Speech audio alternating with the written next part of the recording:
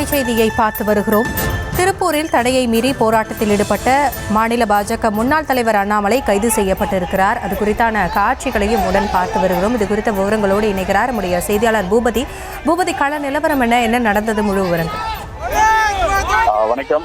திருப்பூர் மாவட்டம் சின்னக்காளிபாளையம் பகுதியில் திருப்பூர் மாநகராட்சிக்கு சொந்தமான இடம் உள்ளது. இந்த இடத்தில் திருப்பூர் மாநகராட்சியில் சேகரிக்கப்படும் குப்பைகளை கொட்டி தரம் பிரித்து மறுசுழற்சி செய்வதற்குண்டான மாநகராட்சி சார்பாக அந்த பகுதியில் அந்த நிலத்தில் ஏற்பாடு செய்யப்பட்ட சூழ்நிலையில் கடந்த சில தினங்கள் முன்பாக அந்த பகுதியில் குப்பைகள் கொட்டப்பட்டு வருகிறது.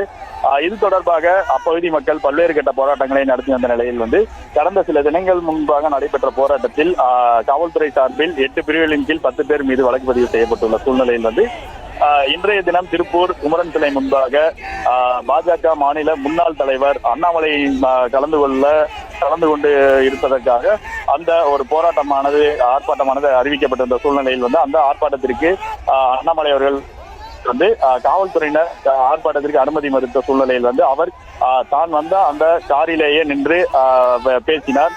இதைத் தொடர்ந்து அவர் பேசி முடித்தவுடன் காவல்துறையினர் அண்ணாமலை அவர்களை கைது செய்து அருகில் உள்ள தனியார் மண்டபத்தில் அடைத்துள்ளனர். இதன் காரணமாக இப்பகுதியில் பாஜகவினர் காவல்துறையை எதிர்த்து கோஷங்களை எழுப்பிய சூழ்நிலையில் தொடர்ந்து இங்கே சிறிது நேரம் பரபரப்பு ஏற்பட்டது. திருப்பூர் மாநகராட்சியில் நிலவி வரும் குப்பை பிரச்சனை தொடர்பாக இந்த போராட்டமானது நடைபெற்றது.